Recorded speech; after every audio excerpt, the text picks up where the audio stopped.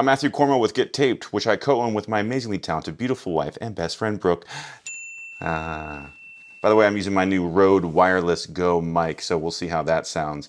And I'm just quickly introducing the next segment of my interview with Alex Collins. In this segment, we are talking about in perpetuity and what the ramifications of that term means. Also, we talk about agents and whether or not they should act the same way a fiduciary acts when it comes to financial planning and investing your money. We'll define those terms in the video, and it's a pretty interesting topic, so check it out. Now we're going to talk about something controversial, right? The subtopic, the gateway topic into this controversy is in perpetuity. Mm-hmm. You know, as a union actor, I don't have to deal with it, but a lot of other actors have to deal with it. And then the larger topic is something that we just made up. Matt and Alex just made up. Should agents have what financial advisors have, which is a fiduciary duty to their talent? Mm-hmm. So, in perpetuity, let's start there. We can just let that hang and have like 25 seconds of silence as everyone, first of all, goes, wait, types in, how do you spell fiduciary? Fiduciary. And there's more like radio commercials that explain what a fiduciary is. Yes. And I think it's such a great analogy in the finance world. And if you don't know what a fiduciary is, compared to another financial advisor who might be recommending stocks or investments that it's just because they get a better commission on, right, not because it's actually good for your risk assessment, whereas a fiduciary has to put your needs first. And that's an interesting distinction that you kind of think like, wait, they don't all have to? And I think it's the same thing with agents, right? I mean, that's what makes this sort of an interesting topic is a lot of actors come in wide-eyed to the industry, and so they find this agent and they're so thankful for XYZ agent, and not knowing, because they haven't had a previous experience with an agent, so they don't know even what to look out for when it comes to this idea of a fiduciary obligation. So before we go too far down the rabbit hole on this, let's put 2 bullet points out there that are really, really important. Number 1, an agent earns every penny that they get paid, right? On union gigs, they're making 10% commission. On non-union gigs, 15 or 20%. That's not a lot, right? A scale job is $1,200 and change. So they're making $120 for every union co-star. Do you know how many emails and pitches and negotiations and back and forth and tracking down their actor and coordinating dates and herding cats has to go on to earn $120? There's a lot easier ways to make $120, right? And think how many $120 you have to make to keep a roof over your head and the lights on at an agency. So agents earn every penny. They don't get paid that 10%. They earn that 10% or 15 or 20. Amen. That's number 1. Number 2, with very few exceptions, are agents getting rich, money hand over fist, right? They do this in large part for the same reasons we do this, because they love this industry. They love people, and they love helping them get closer to what their definition of success is, right? And they get to share in that success. Yep. Agents are critical. No, you can't reach beyond a certain height in a career without an advocate on your behalf, whether that's an agent or a manager, and they do slightly different functions. But we're nowhere without them. That said, they may not always take on a fiduciary duty because they also have financial obligations. They've got to pay their bills, right? Let's start with the easiest discussion, like a non-union commercial. The agent is going to have a commission that the actor is going to get paid that they are entitled to, right? And then, especially in these lower paying jobs, as a way to entice the agent to do all this work we just mentioned, the production is going to tack on an agency fee on top of that. So there's an agency fee and a commission. And a lot of actors are confused by what that is, what the differences are, and why they're not getting that agency fee. Or is it a double dip? Is the agent taking a double dip? Do you want to tackle that at all? I'll tackle my because it's been so long since I've been non-union at this point that I had that sort of accusatory conversation, probably over email because I'm passive aggressive. I doubt it was an in-person conversation with my agent at the time, but just like when I think I saw it on a pay stub or on a breakdown, and I don't know how many times it took for me to realize that there was something there. And I just, out of curiosity, probably, I mean, if I'm honest, it was probably more like today when I was at the gas station and I got a coffee and a donut, right? Like how stereotypical of for someone who plays cops all the time. And the donut rang up as $5. And so I'm looking at my receipt. I always get my receipt, especially when I see it, and I'm looking at it and I'm going, $5, right? So what I think is like a neutral approach probably comes across very angry. So I apologize to my agents if it did come across as like this more angry approach. But based on this curiosity, like, what is this other thing? And to their credit, they did explain sort of what you've already teed up, which is, and it ties into all the freaking work that they have to do just for one job. And sometimes, especially for non-union stuff, they might also be submitting for extras on top of that. Or sometimes the cash director really trusts that one agent to fulfill the entire project. Which happens a lot in the non-union space where there's a relationship that's developed between maybe it's a bigger agency who's been around for a long time. So they have these exclusive clients that will come to them for everything. Right. And so to me, it's like when you start to factor in all that additional work of like, I've got to not only fill these 7 roles, but also maybe get them 25 extras. That's a lot of additional work, especially when people have to decline, aren't available. And quite honestly, they've now earned something more than that. If it's non-union, it might be a 15% commission. Right. So at first, what started out as a furrowed brow, even anger of like it felt like a double dip. Well, like, well, if there's an extra percentage on top that is showing up either on my pay stub or maybe just somehow a line item somewhere else. Right. It's like, well, it feels like a double dip. Like you're taking that, then the 15. So let's just do a little pause and use round math. Sure. So people can get a visual on it. Let's say this job pays $1,000 and there's a 20% commission and a 20% agency fee. So what's happening is the check that's coming to the actor is $1,200. That's the gross check, right? Because it's $1,000 the payday, but they put in plus 20% agency fee. So the check that the actor sees, the gross, is $1,200. But that's before they pay the agency fee and before they pay the commission. And the commission is off of the 1,000, so it's 20%, so that's 200 that's gone to the agent. And then the plus 20% that was put on top of the 1,000, that's another 200 that's going to the agent for the agency fee. So the actor's actually getting $800 of the $1,200. And that's really confusing for an actor when it first happens. And it results in that communication with their reps of going, what is this? I thought the job was $1,000. Why am I only getting $800? They paid me $1,200, but I'm only getting $800, right? So that commission, you knew about that as the actor. Oh, okay, that makes sense. But this other money, this agency fee. And so to take it one step further, if you didn't have an agent working for you on this job and you self-submitted on Actors Access, or you knew somebody in production and you magically got the job yourself, you would never have gotten a check for $1,200 because they wouldn't have added the plus 20% agency fee. You would have just gotten the gross of $1,000. And in the good part there, you didn't have any agents, so you kept the $1,000 for yourself, right? But to put any rumors to bed or any bad blood to bed, your agent is not double dipping. They're not taking 2 commissions. They're taking 1 commission and they're taking 1 agency fee. I understand the confusion. Sure. What should really happen is 2 checks get written and sent to the agent. One for $1,000 and one for $200. The actor never sees the $200 agency fee. It's invisible. Then the agency deposits the check because they probably have a check authorization on file for the actor. Then they deduct their commission and cut the actor a check for their net amount on that. The thing that you and I both have beef with is that the IRS doesn't know the difference. And so the actor's gross income for that job is $1,200. The upside is if it's non-union, gosh, we're getting in the weeds. If it's non-union, it's probably on a 1099, which means you can deduct your expenses against your 1099 income, which unfortunately you can't do against W-2 income. But that only really matters if you're a union actor or working on union jobs. And scene. And scene and brains.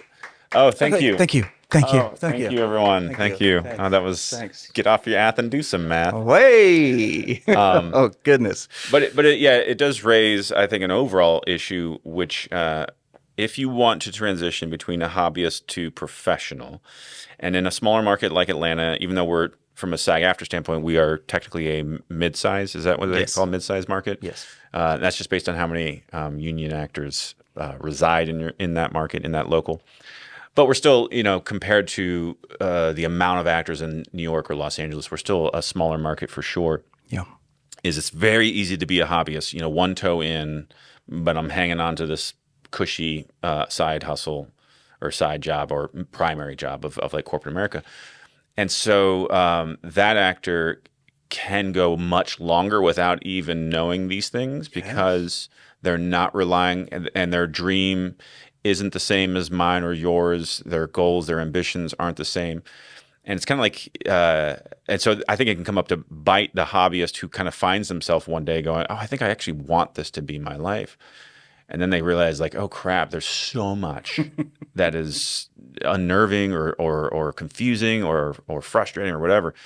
But it's like, yeah, this is part of it, right? Just like the same thing, the same reason I didn't drop out of grad school. I redeclared myself from a PhD candidate to master's because I didn't know you had to take what are called the quals, the qualifying exams. So I'm sitting there, first semester of grad school here at Georgia Tech, and I'm overhearing some students before class started talking about the quals, and I'm like, I didn't even know what is a qual? Excuse me, what is a qual? Word? Excuse me. It's pronounced squall. I think you're talking about a squall. We're on a ship. Is there a storm? Oh, he does have an eye patch. So, yeah, so maybe he's a pirate or something. But and then to find out that these qualifying exams that you have to take like 3 of them, and there's a 90% fail rate the first time. But if you retake the same subject, if you can't fail twice, otherwise you completely disqualify. That's why they're called the qual. Right. So suddenly it was just like, holy crap. And I redeclared as a master. I'm like, I'm getting out of here. Yeah. I realized I didn't want that. And it's like you need to be curious about your profession such that you can learn these things and that it doesn't feel like this overwhelming burden. But it's just like someone who wants to be a surgeon one day. Like there's just going to be so much that comes along with that.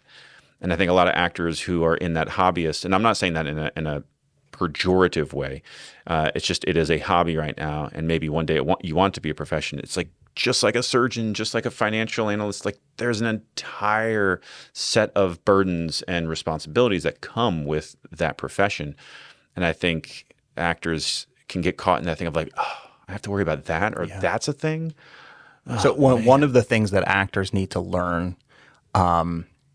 Both the definition, but also the implication, and mostly where they fall within it is in perpetuity, right? Forever and ever. Forever and ever. So in perpetuity, primarily used with respect to non-union commercials, because the union doesn't allow in perpetuity, right? There's a term usage for everything. But in non-union commercials, they might come with the usage in perpetuity. And that's usually going to come with a certain dollar figure associated with $1,000, right? $500 for the session, $1,000 in perpetuity, all media. Is in perpetuity bad, Matt? Is it always bad? Is it sometimes bad? I think it is 90% bad. Okay. And because but it takes a very astute, discerning understanding of this business to ever consider something that is in perpetuity. Mm-hmm.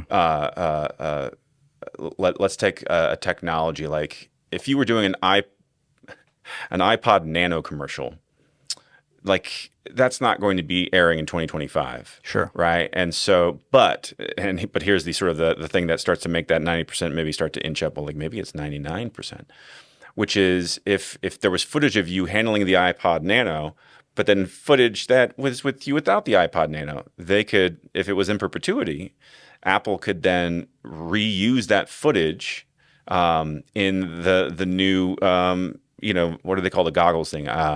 Vision Pro, whatever. Right. They could reuse that footage if it was in perpetuity. Yeah. Even though you thought in 2002 that, well, this is an iPod Nano. In a year, it's going to be a new model. So who cares if it's in perpetuity because this has a shelf life. Yep. That's what I'm getting at is if you look at the thing and say, well, this has a shelf life because it's for the 2026 World Cup. So it's got a shelf life. They're not going to be airing this much later than that, certainly not by the next World Cup. And so, everyone's going to make their personal decision. So if you saw it in perpetuity, that's the only thing I would say is you got to be so freaking smart about the likelihood of your footage being used past 1 year or 1 month. Because otherwise, and even with that, there's nothing stopping them, unless you have a clause in your contract, from reselling that footage to like a stock footage library. And now suddenly someone's going, "Hey, I saw you in that so-and-so." You're like, "What? I never even did a so-and-so commercial." And then you see like, "Oh, that's my footage from the iPod Nano commercial, but they cropped out the iPod Nano." And what? Yeah. Because like I did a spec commercial once years and years ago for someone who I really like, so I'm not gonna like name names. And I understood what I was getting myself into. It was spec. In other words, I auditioned for him for a legit commercial, didn't get it, and then my agent calls me like 2 days later saying, "Hey, he'd actually like to hire you for a spec commercial, pays $400." And they were upfront like, but here's the thing: it either goes nowhere and it never sees the light of day, but you get $400 for your day, or he might sell it to multiple. It was for like a retail establishment. And so long story short, he ended up selling it to many of these retail establishments where I was getting emails and phone calls from buddies who I went to college with that traveled a lot for work. They're like, "Hey, I saw you on a commercial in Dallas. Hey, I saw you in a commercial in LA. Hey, I saw you in a commercial in New York." And I got paid once $400 for something that could still be airing today for all I know. Yeah. And so that in perpetuity can really bite you in, again, trying to avoid the always and never. In almost every single instance, it's a bad idea. It would be rare for it to not be, unless you have a fun sort of asterisk. Not an asterisk, but a thought that actors need to think about. If it is a major category, tech, cars, fast food, insurance or something like that. insurance, apparel, Yeah. you probably don't want to do it in perpetuity. Yeah.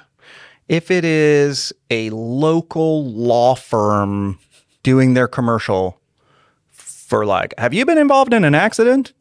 Call 1-800-GET-LAW," whatever, right? Okay, maybe. There's probably not a national union product that is a like to like. So you're probably not costing yourself a future job. But those are the rare examples, right? So then the next step in the conversation is, what is an actor to do? Have that conversation with their reps and go, "I don't do anything in perpetuity." Well, you don't have anything on your resume. You're a new actor. Oh, true. I guess that's not really the right time for me to be saying that. Maybe is it a case-by-case basis, product-by-product basis? Can you negotiate up front? Maybe can you ask for more money? Or could you ask for a usage term in there? If it goes from in perpetuity, can you make it 5 years, 3 years? Actors do have a certain degree of success of moving the needle in one of those areas sometimes. Doesn't always happen, right? And this gets back to the conversation about motivations of reps sometimes. Let's say it is a non-union in perpetuity job that pays $5,000. That's really hard as an actor to say no to. Well, now on the agency side, if it's non-union, they're going to get a higher commission than a union job. And maybe there's an agency fee, even though that's a higher paying gig. And so they say, "Look, this is for X product. It's a very narrow niche product. You're not putting yourself in conflict with anything else. And that's a great payday."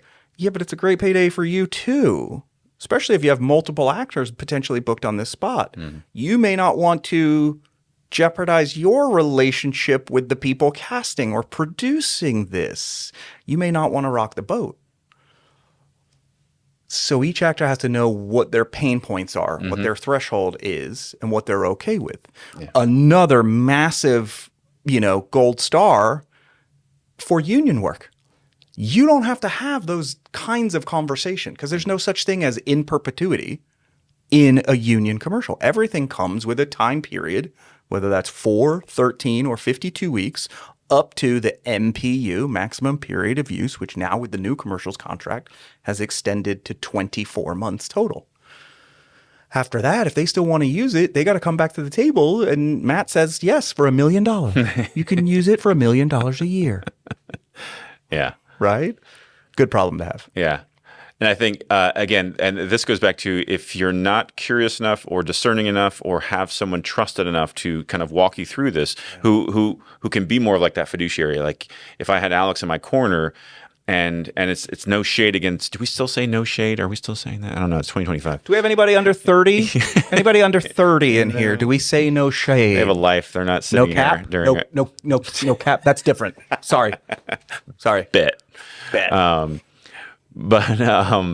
Is like, you know, to your point, I think the agents, you know, they have to navigate their business in their best interest. They're in a volume business. They have to keep their doors. I mean, like you said, there's so much that goes into running that agency that actors aren't even aware of, that you and I have sort of learned over the years and come to respect about our agents. And so, like, this is not a statement at all on them. But if you then have somebody else on your team, whether it's a friend in the business or a mentor, a coach, or even if you're at that point where you get the manager who maybe can be that other voice that is more personal, who is more interested in you and your individual journey. Because, like, let's say you're auditioning for some sort of local commercial, but you're still worried about in perpetuity. But then you realize, oh, the character is going to be in a bear costume the whole thing. So it's like, now it's not even my image. It's not me. It's just a physical performance, and it's paying $5,000. And yeah, it's going to suck if they run this thing forever and ever, and I don't get extra money. But at least it takes out the idea of the conflict. Like, I'm not going to be in conflict against those other products that are in the same space. But again, if you don't feel like you're at the point experienced enough to even ask those questions or understand those questions, that's where then I would counsel someone, then lean towards the no, listen to what your agent says, get a second opinion. But once you become more discerning about these things and you can come to some of these conclusions, you'll become a better advocate for yourself. Because that, going back to your question of like, what is your no? In the beginning, we don't even know where to draw a line, right? Other than some very obvious things, like you said, like maybe the nudity and stuff like that. And so it's it's an interesting sort of question in terms of how to navigate that in perpetuity clause, which usually comes up in commercials. I mean, I guess in TV and film, it's kind of understood that, yeah, we own this and we can, but then we owe you residuals if it's union.